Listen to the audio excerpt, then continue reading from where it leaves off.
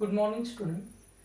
It is the next lecture of reproduction in lower plant and higher plant or flowering plant. Flower फूल की definition दी है, इसके ऊपर थोड़ा सा बोलूँगा क्योंकि आप जब तक फ्लावर के बारे में पूरी मालूमात नहीं लेते हैं तब तक आपको एक प्रॉब्लम रहेगा काय का फ्लावर किस तरीके से रिप्रोडक्शन के लिए यूज होता है। तो flower condense modified shoot specially develop for reproduction from flower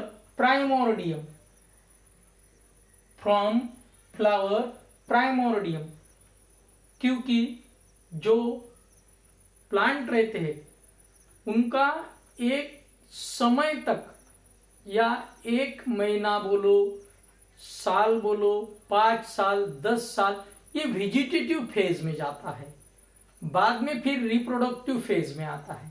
ठीक है, तो उसको एक सिग्नल दिया जाता है कि बस हो गया, अभी तेरा बढ़ना, अब तू फूल बना, और वो सिग्नल देता है फाइटो हार्मोन, इसको स्टिम्युलाई करके मैंने बताया, ध्यान में रखना।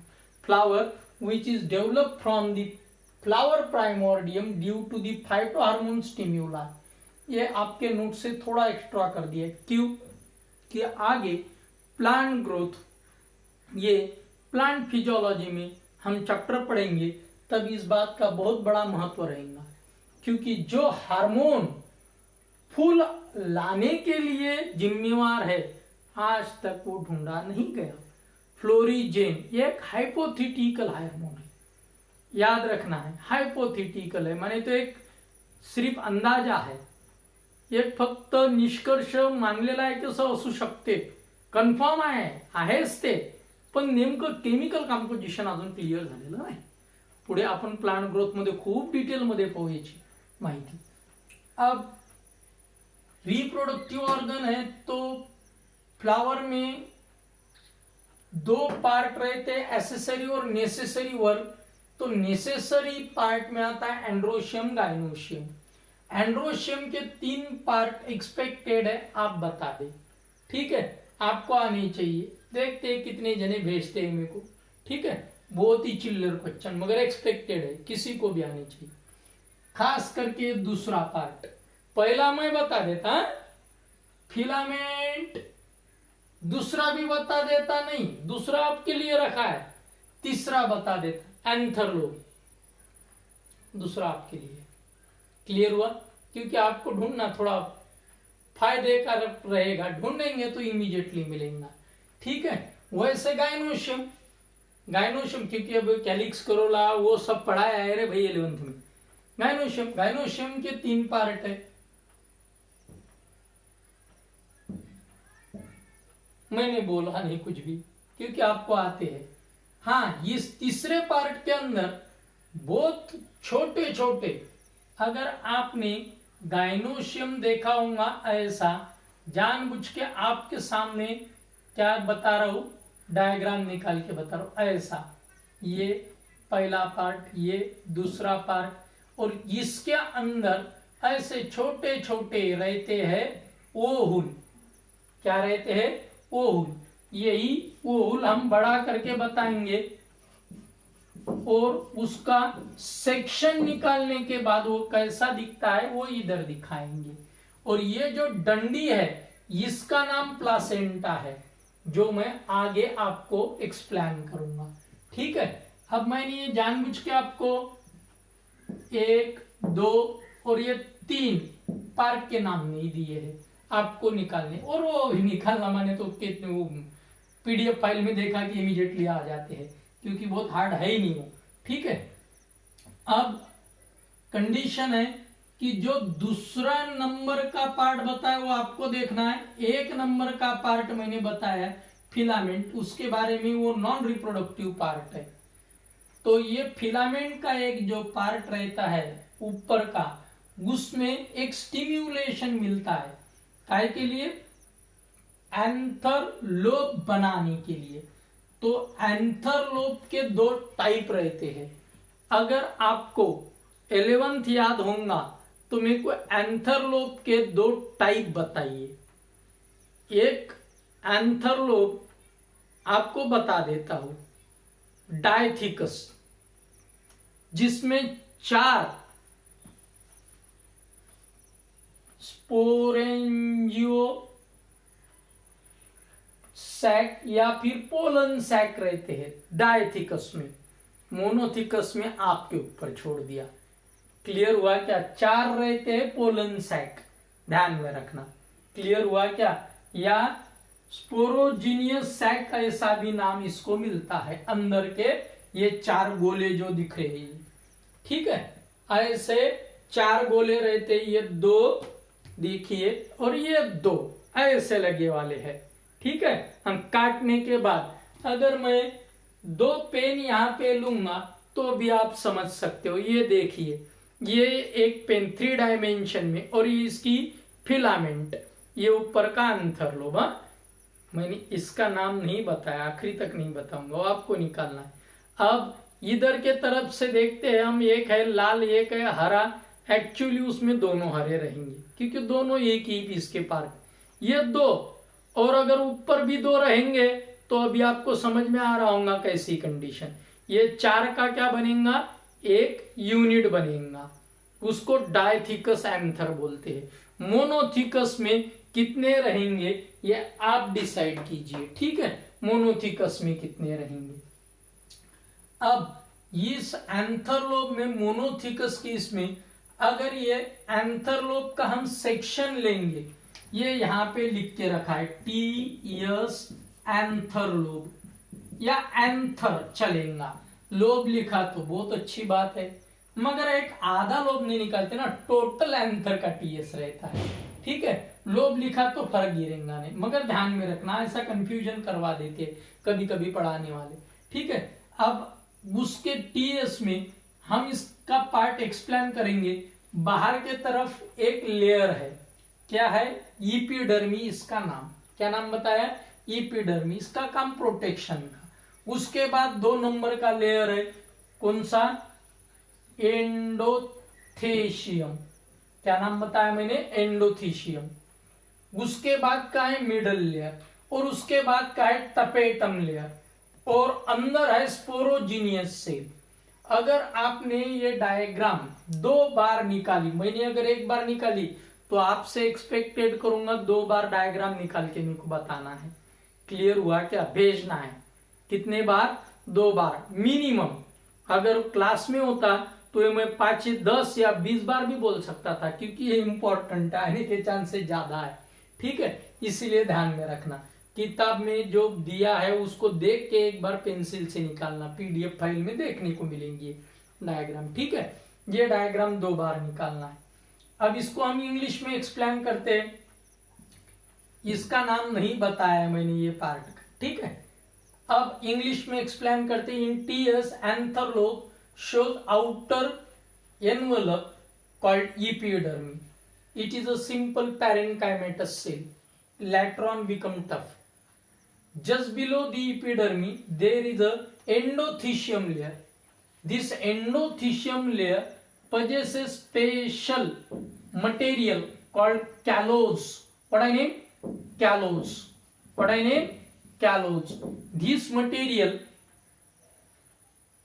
provided line of adhesion, and this endothecium extended up to the pollen sac.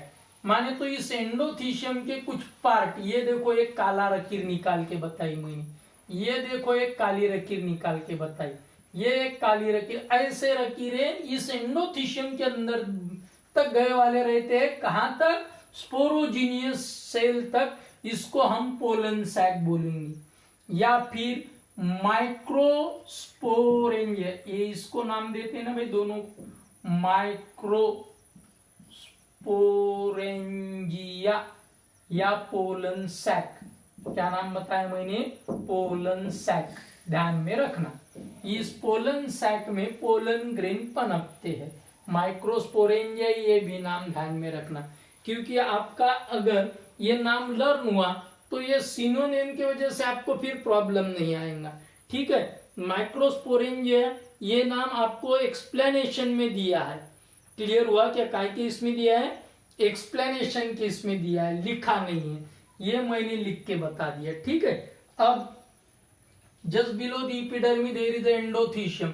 Endothecium is a special layer made from callose material, and this endothecium extended up to the pollen sac, which indicate the line of dehiscence. अब ये dehiscence क्या है?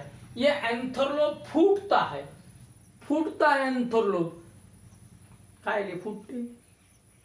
Naturally उसके अंदर के pollen grain इधर उधर बिखरनी है, तो ये फूटने के लिए भी, जैसे आपने एक आधी फल्ली देखी होंगी तो उसकी इसी मार्जिन के ऊपर से फल्ली फूटती है, बिल्कुल वैसा इसको 3-4 ऐसे लाइनें रहते हैं और ये हाइग्रोस्कोपिक रहते हैं। अब ये हाइग्रोस्कोपिक क्या है? ये जब यंग रहते हैं तब पानी पीते हैं, और जब ओल्ड होते हैं, ओल्ड बोले तो जब मैच्योर्ड होते हैं, तब ये पानी उड़ जाता है। उड़ने की वजह से इस अंदर के पैकिंग के ऊपर, ये थैले के ऊपर क्या आता है? प्रेशर आता है, ऐसा ऐसा, क्योंकि ये सेल भाप बना के पानी अगर छोड़ देंगी तो ये अकड़ जाएंगी, किसी दूसरे को खींचेंगी और फिर ये फूट जाएगा तड़दी सी, ऐसा, ठीक है। dehiscence line will be extended from endothecium to the inner pollen sac. Are you getting me? And made from facial material called as callose. Just below the endothecium there is a 2 to 3 layers of middle tissue, generally parenchymatous, for the support of cell and for the holding the pollen sac in the tissue. Then just below the middle layer there is a special layer called as tapetum layer. What I mean? Tapetum layer. ये एक बहुत ही महत्वपूर्ण layer है। Just below the middle layer there is a tapetum layer. आपने diagram निकाल ली ना तो आपका वैसा ही एक्सप्लेनेशन होता है, लर्न करने की जरूरत नहीं। This tapetum layer is a special type of layer which nourishes the inner microspore or pollen grain. So it is most important. If it give less nourishment, naturally weak pollen grains are formed. हे मी इथं काही बारीक चिंगुले पिंगुले काढून लय घरी तुम्हाला ऐकायला भेटते का? बारीक झाला, खाया प्यायला भेटत नाही का? तशी कंडीशन, इनको खाने पीने को नहीं मिला ना बेटा, ये बारीक होते, बारीक हो गए तो हवा बहुत दूर उड़ा के लेके जाएंगे, और अगर ज्यादा खाने पीने को मिला तो बोके होंगे, वही के वही गिरेंगे ढेले के सरीका। ध्यान में रखना। ढेला क्यों बोला?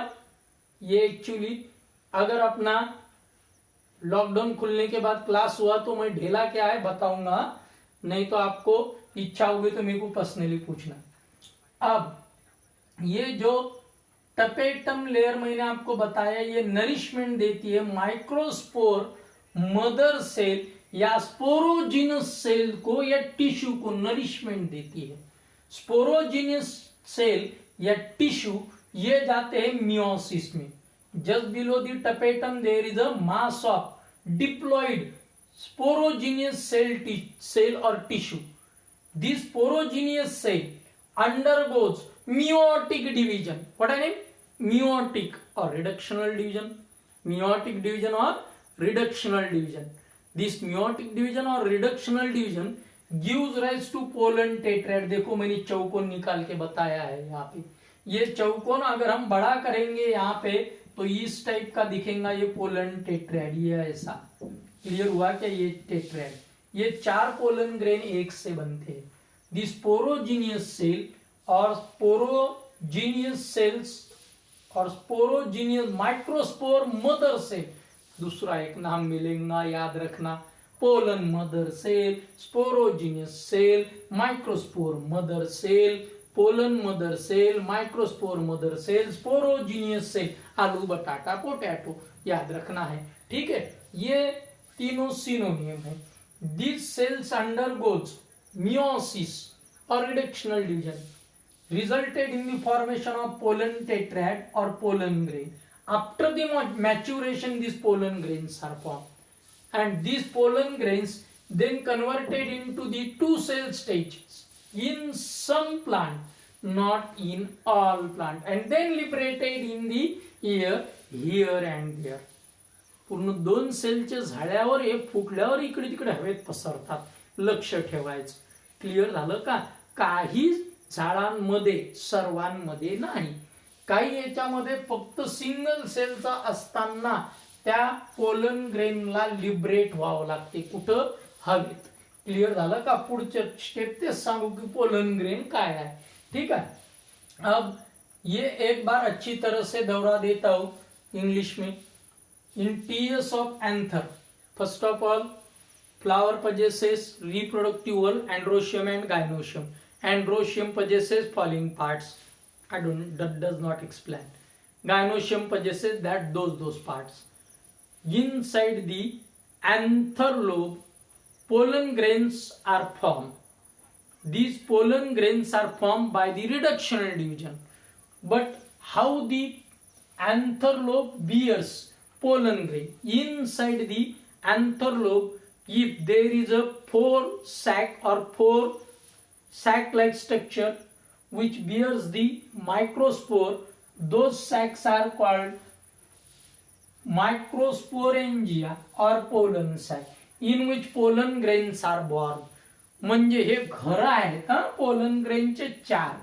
If anther lobe is diathecous, then if anther lobe is monothecous, then how much pollen sacs are produced depends on you.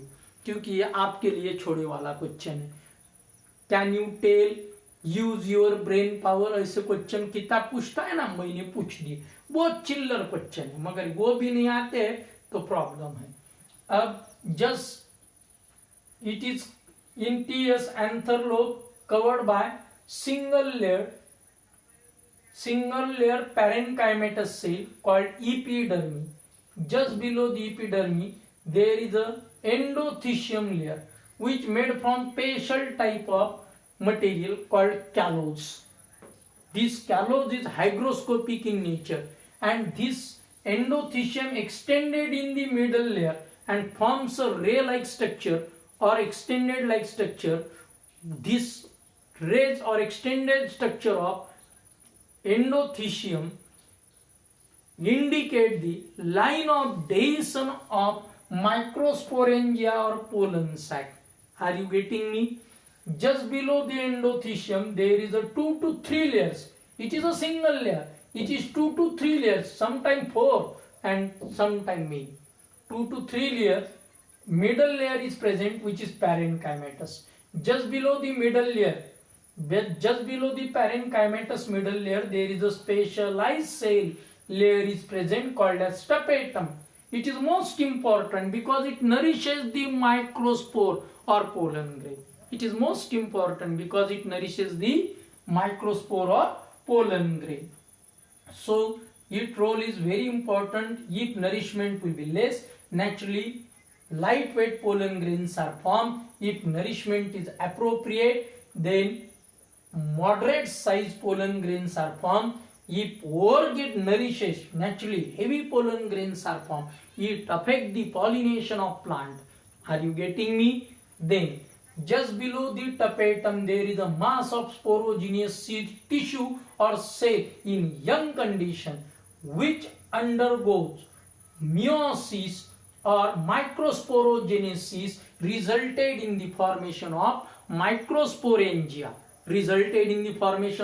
microsporangia. Or in other words, inside the pollen sac there is a mass of pollen mother cell which undergoes reductional division or meiosis.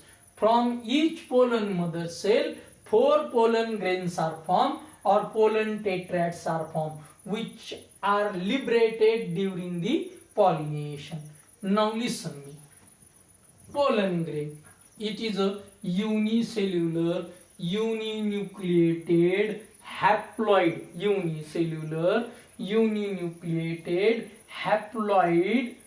haploid single cell structure covered by 2 envelope. That envelope is called as sporoderm or pollen layers or pollen walls. These sporoderm or pollen walls are divided into two parts. Outer layer is called exine while inner layer is called end-time. Outer layer is called exine. मैं English में explain कर रहा हूँ, चल रहा है क्या? नहीं तो मेरे को कॉल करके बोल देना कि सर इंग्लिश ज्यादा हो गई तो हमको समझाने, ठीक है? तो पहले ही बताया, outer layer is called as exine, inner layer is called as intine. On this intine there is a small openings where the exines are thin, where the exine is thin, that small openings are called as germ pore. Only that pores is the medium of communication of pollen grain with the surrounding. ये अकेला छेद के शरीर का छोटा सा पतला हुए वाला लेयर है. यहाँ पे मैंने पूरे तोड़ के बता दिए, ये तोड़े वाले नहीं रहते, ये कंटिन्यू रहते, मगर कुछ छेद रहते हैं काय के ऊपर, पोलन ग्रेन के ऊपर बराबर कुछ जगह पे. ये जो एक्साइन है ये क्या हुए वाली रहती है? थीन हुए वाली रहती है. And the arrangement of this exine is a sculpture like. Sculpture, what is mean by sculpture? अरे इतनी खास डिजाइन रहती है रे. And it is very from species to species. It is use in the identification of species. हाँ भाई, मैं ये क्षमता रखता हूं क्योंकि मैं टैक्सोनॉमी स्पेशलाइजेशन वाला हूं. इसीलिए अगर मैंने बाहर 2 मिनट के लिए ग्लिसरीन लगा के स्लाइड रख दी और फिर 2 मिनट के बाद अंदर लेके आया और माइक्रोस्कोप के नीचे अगर मैंने ऑब्जर्व किया तो मैं आजू बाजू के 1 किलोमीटर के घेरे में कौन से झाड़ है ये पता लगा सकता हूं, क्योंकि उनके पोलन ग्रेन का ऊपर का जो कवर है उसके ऊपर से मैं इजीली पता लगा सकता हूं, क्योंकि ये हमारा टॉपिक है, ठीक है? मगर एमएससी लेवल तक आपको लेके जाना नहीं है, ठीक है? क्या नाम बताया मैंने? एक्साइन, जिसका स्कल्पचर स्पेशल डिजाइन रहता है रे. इतना सही तरीके से आर्किटेक्ट रहता है कि देखते बनता है. इस पोर के ऊपर भी इसके अलग अलग टाइप है, कोलपेट, पालपेट. बेटा एमएससी का पार्ट है, छोड़ दीजिए इसको, ठीक है? इसलिए exine. And this exine made from second hardest material. First is dentine of teeth and second one is this. Are you getting me? This exine made from hardest material sporolanin. What I name? Sporolanin. What I name? Sporolanin. Sporopollen. Clear हुआ क्या? मेरा pronunciation गलत होता है, आप बराबर कर लेते हो, ठीक है? अब ये स्पोरोपोलिन के वजह से पोलन ग्रेन फॉसिल में भी प्रिजर्व रहते हैं. ये ध्यान में रखना. फाइंड आउट ये पूछा है आपको, हाँ? फाइंड आउट दी स्पेशलिटी, ये ध्यान में रखना. और ये पोलन ग्रेन तो कुछ जगह पे दवाइयों में भी यूज होते हैं. अगर आप मधुमक्खी का छत्ता क्या करेंगे, साफ करेंगे, तो उसमें आपको पोलन ग्रेन भरे वाले मिलेंगे रॉयल जेली के साथ, रॉयल फूड के नाम से. ये एक न्यूट्रिशियस फूड भी है. कुछ जगह पे पोलन ग्रेन यूज करते हैं. इसके टैबलेट्स मिलते हैं. क्या मिलते हैं? टैबलेट्स मिलते हैं. अगर आपको मालूम हो गया तो बहुत अच्छी बात, क्योंकि ये मैंने इसीलिए पढ़ाया, नीट वालों के लिए, बोर्ड वालों के लिए इतना अहमियत रखता नहीं है, ठीक है? अब इसके बाद इस एक्साइन के ऊपर कुछ जगह पे एक्साइन थीन हुई है. थीन नहीं, कुछ जगह पे तो छेद ही बना है, उसका नाम जर्म पोर रखा. इसमें से ही पानी चूसेगा क्योंकि ये एक्साइन टफ है. पोलन ग्रेन को बाहर के एनवायरमेंट से प्रोटेक्ट करने के लिए, बाहर का टफ एनवायरमेंट फेस करने के लिए बने वाली है. पक्का ध्यान में रखना, ठीक है? एंड टाइम ये सिंपल है और ये थीन है. इसके बाद रिजर्व फूड मटेरियल है. इसमें सिंगल हैप्लॉइड न्यूक्लियस है, ध्यान में रखना. क्या है? Reserve food material. और ये रिजर्व फूड मटेरियल होने की वजह से सोलेनिसी और 1-2 फैमिली और है, मैंने एक नाम ले लिया सिर्फ, सोलेनिसी. इनका पोलन ग्रेन कुछ दिन तक नहीं, महीने तक जिंदा रह लेते हैं. मगर वही हमारा व्हीट या मक्का लेंगे, मेज, तो इसका पोलन ग्रेन ज्यादा से ज्यादा 10-15 घंटे तक जिंदा रहेगा, उसके ऊपर नहीं जिंदा रहता है क्योंकि इसके अंदर का पानी सूख जाता है. ये वायबिलिटी के नाम से जाने जाता है. Viability is the ability of pollen grain for growth or for germination.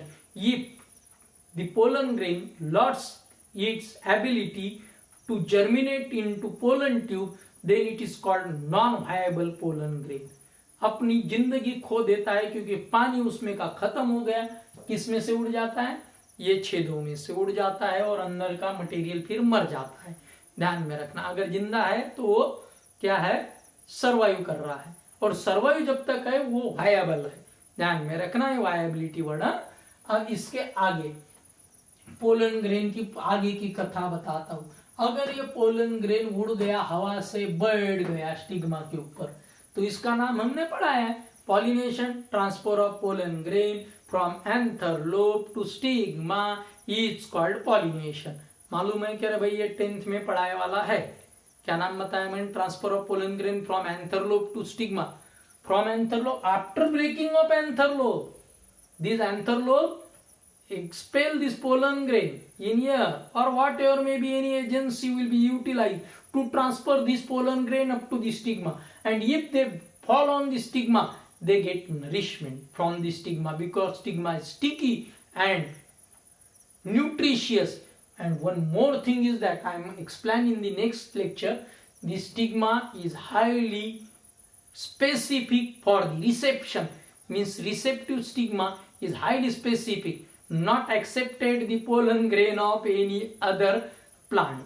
Otherwise what happening, जर कोणचाही पोलन ग्रेन स्टिग्मानं कोणाचाही घेतला असता तर आंब्याला मिरच्या लागल्या असत्या आणि मिरच्याईले आंबे लागले असते रे भाऊ.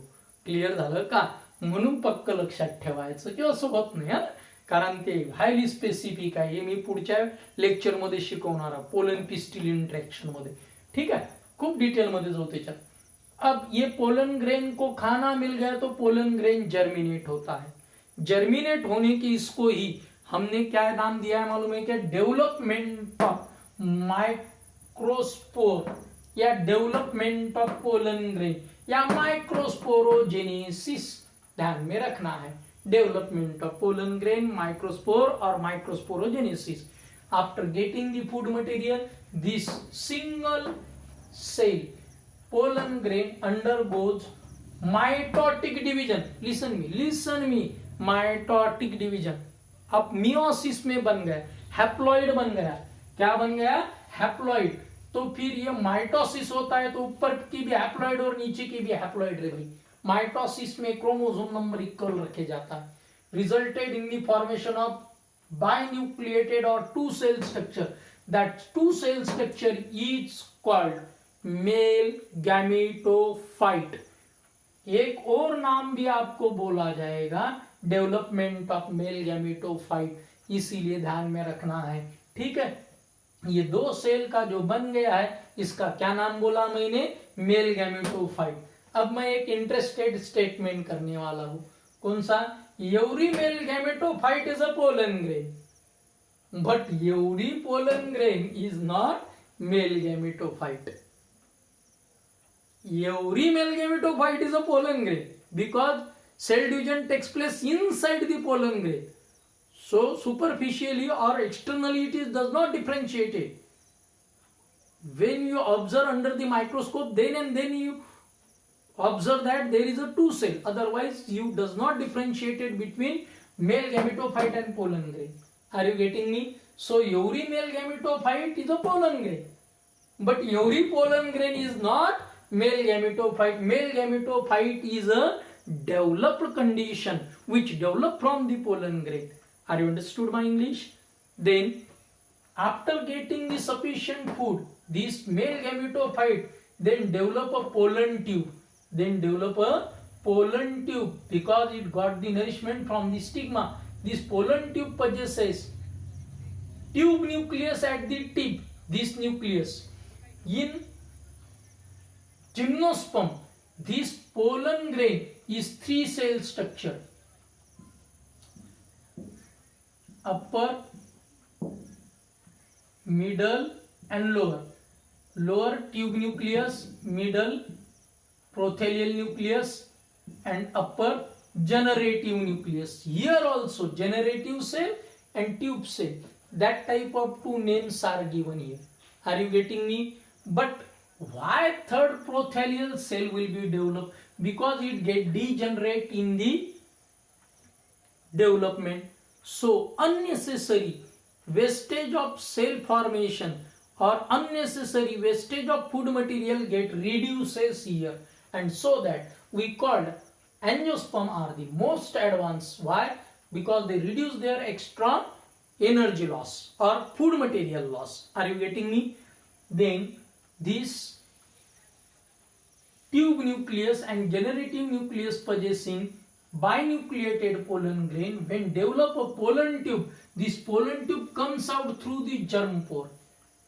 If you give the proper nutrient to the pollen grain, you can easily develop pollen tube under the microscope, take a pollen grain and their specific nutrient, and when you take a slide and place a drop of nutrient and add a pollen grain, after some time it develops a pollen tube. And the interesting phenomena is that when you observe this thing, you really एक enjoy करेंगे. Sir pollen tube निघताना दिसली असं वैशिष्ट्य सांगसा, पण ते practical मध्ये. याच्यानंतर आता this pollen tube possesses at the tip there is a tube nucleus. Just behind the tube nucleus there is a generative nucleus which again undergoes mitosis. This mitosis resulted in the formation of two male gamete. Listen me, male gametophyte is different and male gamete is different. Are you getting me? Then we now turn towards the gynoecium. Gynoecium is the female reproductive organ and most essential, again divided into three parts. मालूम है? ठीक है. Inside the lower solan part there is a small globular stalk bodies are there called as ovule. What I name? Ovule. It is a orthotropous or anatropous type. Ovule again differentiated into various parts. Which of those? The small stalk of ovule which connected ovule to the placenta. That small stalk is called funicle. Just above the funicle there is a disc-like structure called as chalaza. What I name? Chalaza. From the chalaza, two thin envelopes because it is a unitegmic ovule. Unitegmic, and two layers. In gymnosperm it is a bitegmic and three layer. याचा अर्थ जायचं रे अकोल्यापर्यंत तर विचारून पाहिजे हा प्रश्न. बायटेक्निक म्हणजे जर शेंगदाणा खाल्ला तर त्याला गरम करून खायचं, जरा असं दाणे भुजायचे. हालांकि लक्षात, फली दाने जरा गरम करना है और फिर तवे के ऊपर गरम करने के बाद उसके क्या निकालना है? छिलके निकालना है. तो आपको ऊपर से वो लाल दिखेगा, अंदर से सफेद दिखेगा, एक ही लेयर. माने तो ये दो लेयर का है मगर चिपके वाले है ना रे, थीन है, ध्यान में रखना. ये ऐसे दो लेयर, मगर वही अगर आप जिम्नोस्पर्म में जाएंगे तो उसमें तीन लेयर दिखेंगे मगर वो दो लेयर से बने हैं, इसीलिए बायोटेक्निक, क्योंकि एक लेयर एक दूसरे को चिपके वाली है बाहर की. ठीक है. अब just above the funicle there is a disc-like structure called as chalaza on which ovule is situated. From the chalaza two envelopes arises called as integument. It is the protective envelopes. At the tip of this integument there is a small opening called as micropyle. What I name? Micropyle. Inside the integument there is a diploid mass of tissue is present called as nucellus. What I name? Nucellus. Inside the nucellus there is a microspore mother cell जैसा बन गया था एंथरलोब में. इसमें megaspore mother cell. क्या नाम बताया मैंने? Megaspore mother cell. यहाँ पे MMC नाम ध्यान में रखना. क्लियर हुआ? कि यहाँ पे PMC नाम ध्यान में रखना. क्लियर हुआ? ये this MMC or microspore mother cell undergoes reductional division resulted in the formation of 4 microspore. Out of these 4 microspore 3 get degenerate. the micropylar get degenerate and chalazal remains functional. That's the question. Why chalazal remains functional? It is for you guys. Then this functional megaspore get enlarges its size and absorb the nutrient from the new cells. And this enlarged megaspore, then we called as a embryo sac. And in next lecture we observe how the development of female gametophyte और embryo sac takes place. ये हम अगले lecture में पढ़ेंगे. This funicle, just above the funicle there is a extension of stress of this funicle called as raphe. What I name raphe. एक अशी scar बनी आहे, म्हणजे एक फोल्ड बनत गेलेली आहे, त्याचं नाव रॅफे आहे. and the connection where the funicle attaches to the body of oohul is called hilum or hilus.